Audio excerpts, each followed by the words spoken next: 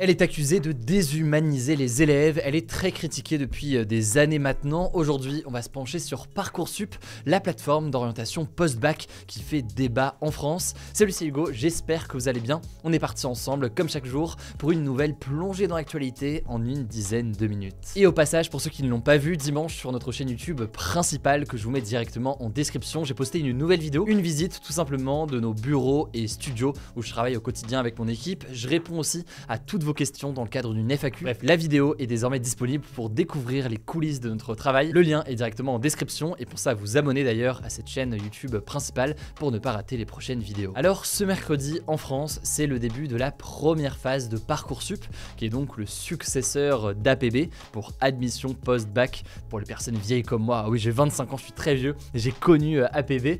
En fait, c'est donc la plateforme Parcoursup où les terminales aujourd'hui vont pouvoir faire leurs vœux pour les formations après le bac, que ce soit des écoles, universités ou autres.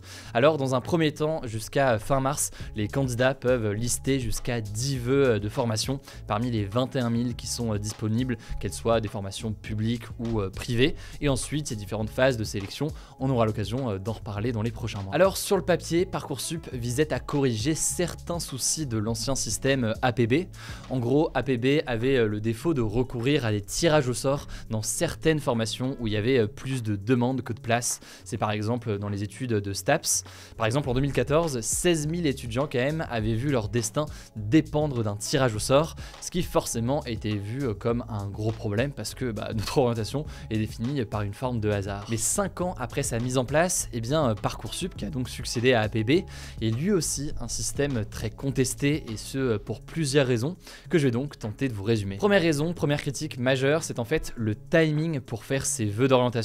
Un calendrier en fait qui arrive de plus en plus tôt, entre janvier et mars donc, pour formuler ses vœux, et plus généralement en fait, avant même de parler de la formulation des vœux sur Parcoursup en ce moment, eh bien, les différentes réformes ont poussé d'une certaine façon les élèves à faire des choix d'orientation très importants, parfois assez tôt. Et je sais que c'est pas très clair dit comme ça, mais il y a notamment une réforme qui est pointée du doigt par certains, c'est la réforme du bac de 2019 qui a introduit donc en France des spécialités en classe de première et de terminale. En gros, cette réforme fait que les élèves doivent choisir au lycée pas seulement s'ils font le lycée général ou alors un lycée pro ou autre, mais aussi s'ils choisissent certains cours plutôt que d'autres dans le cas de spécialité. Et en l'occurrence, c'est des choix de matières au lycée qui sont importants parce qu'ils peuvent conditionner l'accès ou non à certaines écoles sur Parcoursup plus tard. Je vous donne un exemple très simple qui est peut-être le plus parlant. En ne choisissant pas la spécialité mathématiques au lycée, vous risquez de vous fermer l'accès à certaines formations, des formations sur Parcoursup sur lesquelles la spécialité mathématique est exigée.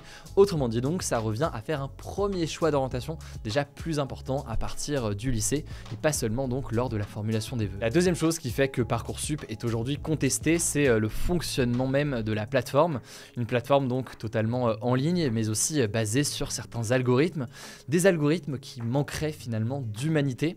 Et en fait aujourd'hui la perception d'un manque de transparence pour les élèves sur les critères de sélection dans les différentes formations. Est-ce que ce sont les notes du bac qui comptent? Est-ce que c'est les notes de l'année? Est-ce que c'est les appréciations ou alors les lettres de motivation? En fait, tout dépend des formations. Et finalement donc, Parcoursup donne la sensation à beaucoup d'élèves de ne pas avoir le destin entre leurs mains et que ce soit une sorte de boîte noire pas claire où vous formulez, vous mettez des éléments dessus, vous dites ce que vous voulez et il y a quelque chose qui sort en retour sans forcément savoir sur quoi c'est basé. Et avec tout cela donc, Parcoursup est accusé de créer du stress et de l'angoisse chez les étudiants. C'est même quelque chose qu'avait reconnu d'ailleurs Emmanuel Macron pendant la dernière campagne présidentielle. Dans une interview, il avait décrit Parcoursup comme, je cite, une usine à stress. D'ailleurs, c'est intéressant de noter que Parcoursup est venu en quelque sorte rajouter un défi en plus du bac.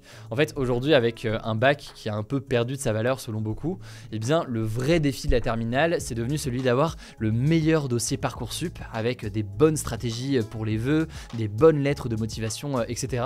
Mais sans avoir forcément tous les outils pour le faire. Et enfin d'ailleurs, la troisième grosse contestation, c'est que Parcoursup est accusé finalement de renforcer encore plus les inégalités. Il y a un élément qui illustre tout ça selon certains syndicats lycéens ou étudiants, c'est le fait qu'on a vu pas mal de prépas émerger, des prépas pour peaufiner au mieux son dossier sur Parcoursup. Il y a notamment un élément où ces inégalités peuvent être visibles, c'est concernant les lettres de motivation. Les lettres de motivation, on peut avoir la chance avec ses parents ou alors en payant une prépa d'avoir la lettre de motivation nickel, parfaitement bien préparée, avec tous les bons arguments dans le bon ordre, etc. Alors que si on vient d'une famille qui n'a pas forcément l'habitude de ce genre d'exercice et qu'on n'a pas les moyens d'avoir des prépas pour nous accompagner là-dessus ou des profs qui sont forcément disponibles, eh bien on se retrouve dans une situation de difficulté quand l'un des critères c'est d'avoir une bonne lettre de motivation. Bon après, une fois qu'on a dit tout ça, pour nuancer et avoir une vue d'ensemble, évidemment Parcoursup n'est pas responsable de tous les problèmes. Déjà parce que beaucoup soulignent qu'un certain nombre d'éléments ont été mis en place, comme par exemple la mise en place de nombre minimum d'élèves boursiers ou alors en lycée technologique ou professionnel pour certaines formations, justement dans l'objectif de réduire ces inégalités. Et par ailleurs, ce que pointent du doigt beaucoup d'enseignants et de spécialistes, c'est que le vrai sujet, c'est pas forcément Parcoursup, c'est en fait plus largement deux choses. D'abord, un manque d'accompagnement des lycéens et des jeunes dans leur orientation au quotidien. Et ensuite, deuxième chose, un manque de moyens à l'université. Un manque de moyens donc qui pousse à devoir faire des sélections plus fortement, faute de pouvoir accueillir tout le monde dans les facs et sur les bancs des différentes universités. C'est donc deux éléments importants à souligner qui dépassent largement Parcoursup et qui sont souvent mis en avant là aussi par les syndicats étudiants ou encore lycéens. Bref, pour résumer, des avancées mais aussi des critiques importantes qui demeurent. En tout cas, si vous êtes concerné cette année par Parcoursup, d'ailleurs soit en tant qu'élève, soit en tant que parent, bon courage à vous pour tout ça et pour les prochaines semaines. C'est un sujet qu'on va continuer à traiter dans les prochains jours et je vous laisse tout de suite avec Blanche pour les actualités en bref. Merci Hugo et bonjour tout le monde. On commence avec une première actu en France. Un impressionnant incendie avec d'épaisses fumées et des explosions s'est déclaré ce lundi après-midi vers 16h50 sur un site industriel près de Rouen en Normandie. Il inquiétait particulièrement les autorités car il a touché un entrepôt contenant 12 000 batteries automobiles au lithium, un métal extrêmement toxique, et un autre où étaient entreposés près de 70 000 pneus. Alors, selon les autorités, il n'y a eu aucun blessé et d'ailleurs il n'y aurait aucun risque pour la population ou pour l'environnement, mais ça rappelle forcément l'incendie des entrepôts de Lubrizol à Rouen il y a 3 ans. À l'époque, 10 000 tonnes de produits chimiques étaient partis en fumée. Alors concernant cet incendie, certains experts estiment que la population devrait se confiner par précaution. On vous tiendra au courant. Deuxième actu, toujours en France, 13 membres d'un groupe d'extrême droite vont être jugés à partir de ce mardi car ils sont accusés d'avoir planifié plusieurs actions violentes, dont une attaque au couteau contre Emmanuel Macron en 2019. Ce groupe, il s'appelle Les Barjols, il a été créé sur Facebook en 2017 et il est surveillé de près par des enquêtes antiterroristes depuis novembre 2018. Alors depuis ce temps-là, il y a eu des interpellations chez des membres du groupe qui prévoyaient de façon plus ou moins brouillon d'assassiner des migrants, d'attaquer des mosquées ou encore de monter un coup d'État sans jamais pour autant passer à l'acte. Bref, il risque jusqu'à 10 ans de prison, on vous tiendra au courant. Troisième actu, on part à l'étranger cette fois-ci. La population de Chine, qui est actuellement le pays le plus peuplé du monde, a baissé pour la première fois en plus de 60 ans. Plus précisément, le pays a perdu 850 000 habitants en 2022, il y a donc eu plus de morts que de nouveau-nés. Pour vous donner d'autres chiffres, il y a eu environ 10 millions de naissances en 2022, alors qu'il y en avait 18 millions en 2016. Les démographes estiment même que la population chinoise pourrait décliner de 110 millions d'habitants d'ici 2050,